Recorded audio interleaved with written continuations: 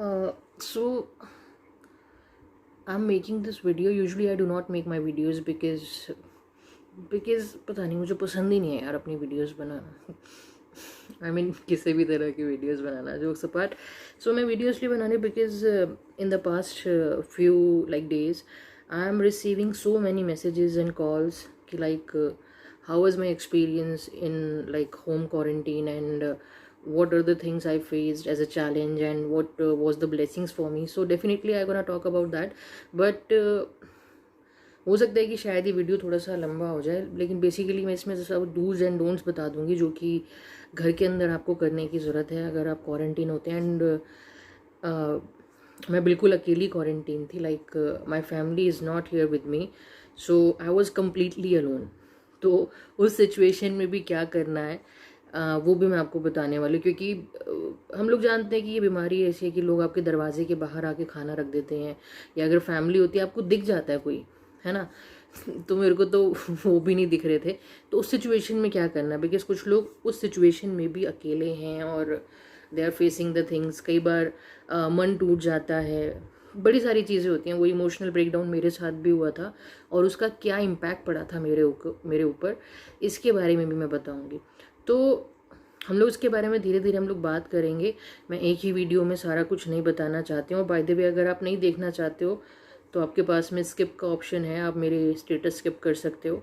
और फेसबुक पे तो सारा कंट्रोल ही आपके हाथ में होता है. बट मैं ये वीडियो इसलिए बना रही बिकॉज मैं इन बातों के बारे में लिख नहीं सकती हूँ और बहुत लोग मुझे कॉल कर रहे हैं.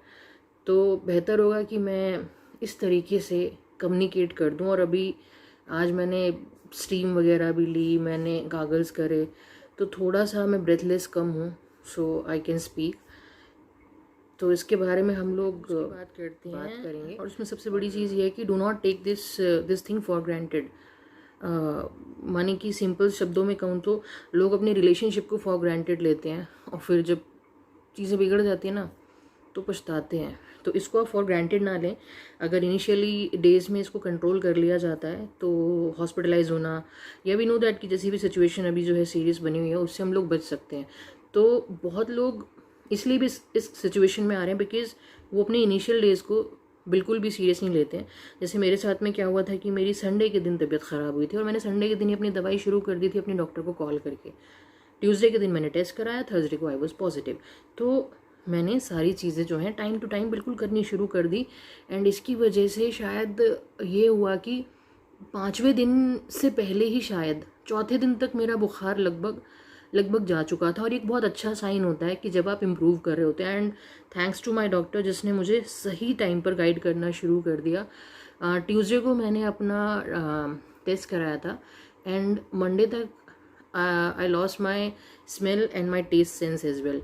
तो आई वॉज प्रिटी श्योर कि आई एम पॉजिटिव. तो उसके अकॉर्डिंग मैंने पॉजिटिवली उसके ऊपर काम करना शुरू कर दिया था बिकॉज जहर को मारता है तो पॉजिटिविटी ही पॉजिटिविटी को मारेगी. तो वो चीज़ मैंने करनी शुरू कर दी. तो ये चीज़ आप एक बहुत ध्यान रखें कि डोंट टेक फॉर ग्रांटेड.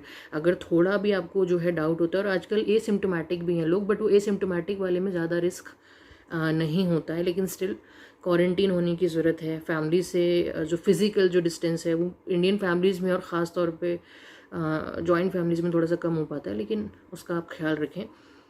दूसरी चीज़ ये कि अपने आप को हाइड्रेट रखें, पानी पीते रहें. बहुत लोग हाइड्रेट नहीं रहते हैं. और नारियल पानी, मतलब इसको लेने के लिए तो ऐसा लग रहा है कि कुछ दिनों में लोन लेना पड़ेगा इस नारियल पानी को ख़रीदने के लिए. लेकिन अगर आपको नारियल पानी नहीं मिलता है तो आपके पास ऑप्शंस हैं. लाइक आप नॉर्मल सा जो ल्यूकवार्म वाटर होता है उसके अंदर आप नींबू डाल के पी सकते हो. आप ORS का घोल पी सकते हो. जूसेस आप अवॉइड कीजिए, और ख़ास तौर पे जो टेट्रा पैक आते हैं जूस के वो आप अवॉइड कीजिए. ये आप ध्यान रखिए, मैंने भी अवॉइड करा. और मैं आयुर्वेदिक वाले एक्सपेक्ट पे भी आने वाली हूँ because I was taking some ayurvedic medicine as well. उसके ऊपर भी बात करने वाली हूँ. एंड मैं नहीं चाहती किसी की इमोशंस हर्ट हों, और मैं इमोशंस हर्ट करना भी नहीं चाहती हूँ. और अगर आप में से किसी की इमोशंस हर्ट होती हैं मेरी वो आयुर्वेदिक वाला एक्सपेक्ट सुनने के बाद में, सो डूड आपकी इमोशंस जो है ना वो काफ़ी सेंसिटिव हैं, उसको थोड़ा सा आप कंट्रोल कर लेना. लेकिन मैं आपको फैक्ट बताऊंगी और हो सकता है कि शायद ये आपके काम आए. तो